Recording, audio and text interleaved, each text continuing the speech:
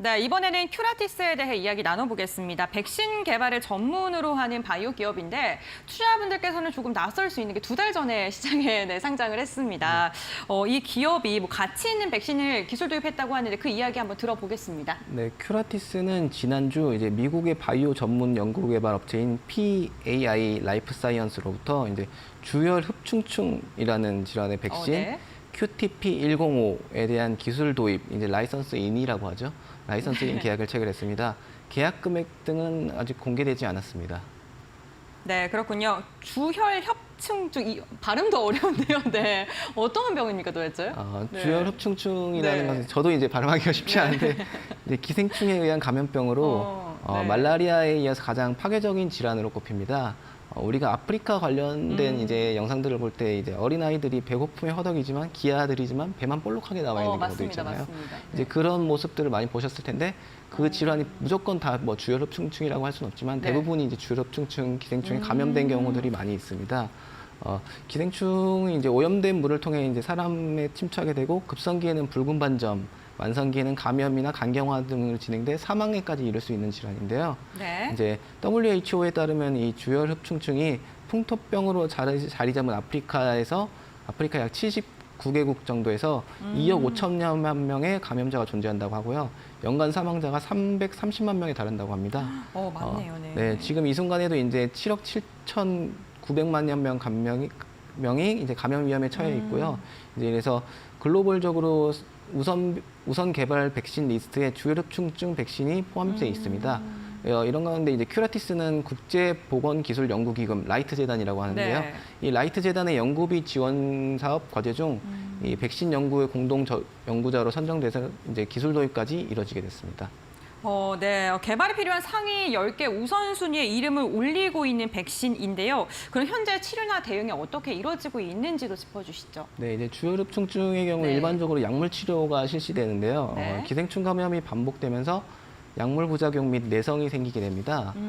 이제 장기적으로 봤을 때 치료법으로는 이제 한계가 생기는 겁니다. 이게 그래서 백신을 개발해서 예방하는 것이 가장 효과적이라고 알려져 있고요. 하지만 이제 허가된 백신이 없어서 이제 굉장히 네. 질환의 관리에 어려움을 겪고 있습니다. 큐라티스가 이 QTP-105 개발의 속도를 낸다면 세계 최초의 타이틀까지 거머쥘 수도 있는 셈인데요.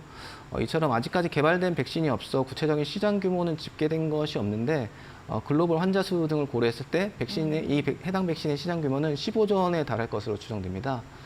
큐라티스는 이제 이 백신 개발을 통해서 수억 명의 사람들에게 도움이 될 거라고 예상하고 있고요. 더 나아가서 이제 질병 퇴치에 기여할 수 있을 것이라고 기대하고 있습니다. 네, 그렇군요. 이렇게 시장의 크기가 크다는 거는 이제 알겠고요. 큐라티스가 기술 도입한 그 백신에 대해서 한번 이야기를 나눠볼 텐데 어디까지 권리를 획득을 한 것이고 또 개발 시점이 언제쯤으로 예측되고 있는지 한번 여쭤보겠습니다. 네, 이번 계약에 따라서 이제 큐라티스는 주열흡충증 백신에 대한 사용권, 네. 판권, 리서치권, 개발권, 제조권, 수출입권 등 거의 대부분의 네. 권리를 이제 확보하게 됐습니다. 큐라티스는 이제 내년부터 이 백신 QTP-105의 임상 2회 이상 시험을 진행할 예정이고요.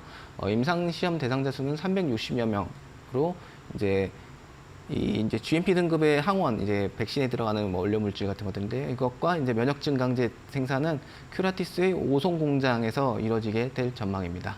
네, 그렇군요. 큐라티스가 CDMO 사업 성장에 대한 기대감이 나오고 있는데 이번 기술 도입 때문도 있는데요. 앞으로 좀 성장성에 대해서도 좀 긍정적인 평가가 나오고 있습니까? 네, 이제 뭐 이게 큐라티스가 CMO 사업을 이제 네. 중점적으로 하고 있는데요.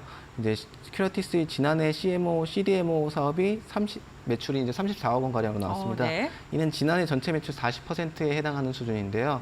이제 이번에 이제 QTP-105를 통해서 이제 오송 공장에서 제대로 생산이 된다면은 이 CDMO 능력도 인정받을 수 있는 상황이고요. 네. 이제 이런 식으로 해서 현재 2B에서 3상까지 이제 준비 중인데 이제 QTP-101 이제 이 결핵 백신이고요. 네. 그 외에도 이제 코로나 백신도 개발 중에 있는데 이런 것들이 이제 계속해서 개발하기 위해서는 연구 개발비가 필요한데 이 CDMO 사업을 통해서 연구 개발비까지 확보하면서 이제 선순환하는 구조를 만들 수 있을 것으로 보입니다. 네, 그렇군요. 어쨌든 이 사업이 정말 중요한데요.